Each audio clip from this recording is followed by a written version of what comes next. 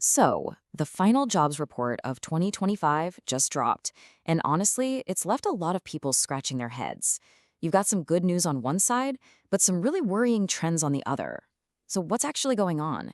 Today, we're going to unpack this whole economic puzzle.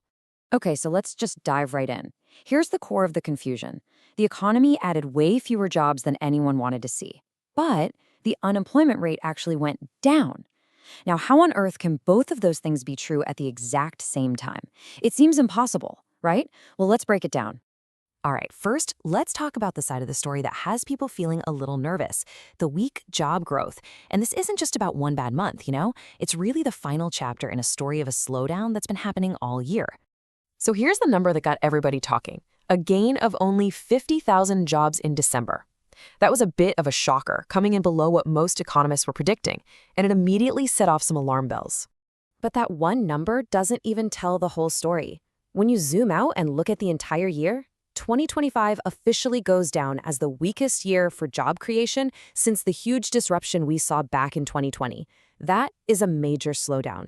And to really put this in perspective, to show you how unusual this is, get this. If you ignore the recession years, you'd have to go all the way back to 2003 to find a year with job growth this weak. So yeah, historically speaking, this is a pretty big deal. And if you think that's the end of the bad news, well, not quite.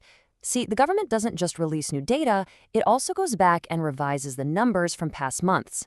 And those revisions, they paint an even darker picture.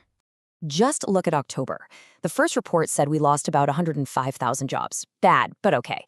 But the revised number? A staggering loss of 173,000 jobs. That makes October the single worst month for the job market since the depths of late 2020. So with all this gloomy data about job creation, you'd expect everything to look bad, right? But here's the twist. One number stood out for being surprisingly good, and that was the unemployment rate. The unemployment rate actually fell to 4.4%. Now, forecasters were expecting it to be higher, maybe around 4.5%. So not only did it go down, it fell more than expected. And this is the piece of good news that makes this whole report so darn confusing. Okay, so how do we make sense of this? Weak job numbers on one hand, a falling unemployment rate on the other. Well, the key to solving this puzzle is to understand the very unique, kind of weird nature of the job market we're in right now. And this quote from the source material just perfectly captures the mood on the ground. Despite a low unemployment rate on paper, the real-world experience of trying to find a new job has become incredibly frustrating for a lot of people. That feeling, that's the clue to understanding this paradox. You know, economists actually have a name for this. They're calling it a low-fire, low-hire economy. Low-fire means companies aren't doing mass layoffs, which is great. That's what keeps the unemployment number low. But, and this is the big but, low hire means they're not really bringing on new people either, and that's why job growth has stalled. So this creates a real bottleneck in the system. If you already have a job, you're probably feeling pretty secure. But for anyone trying to get in or move around, we're talking new grads, people who've been laid off, or even just someone looking for a better opportunity, they're facing way fewer open doors. And this low hire dynamic means that we're basically living in two different economic realities at the same time. Seriously, how the average person is feeling about the economy is now totally disconnected from how the financial markets are seeing it. So for Main Street, for most of us, this economy feels like a real struggle. It's that frustration of sending out resumes and hearing nothing back.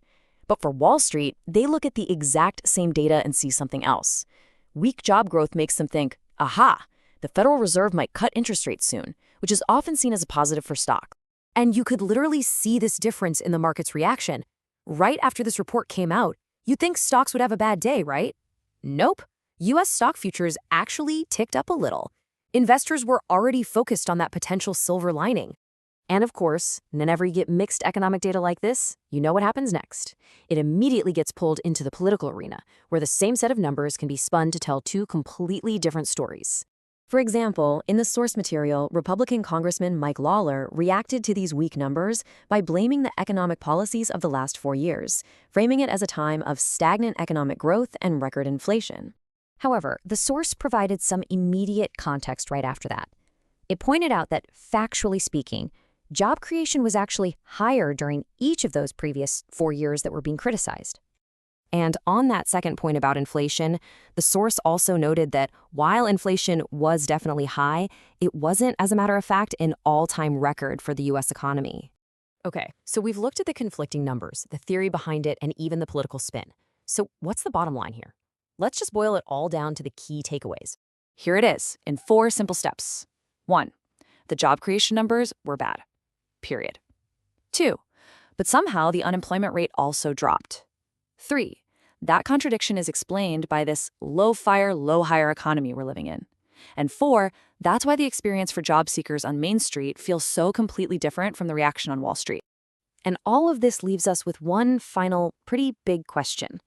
If companies have figured out how to run lean, and workers are clinging tightly to the jobs they already have, could this stagnant, low-mobility job market be the new normal? That is the big question everyone's asking.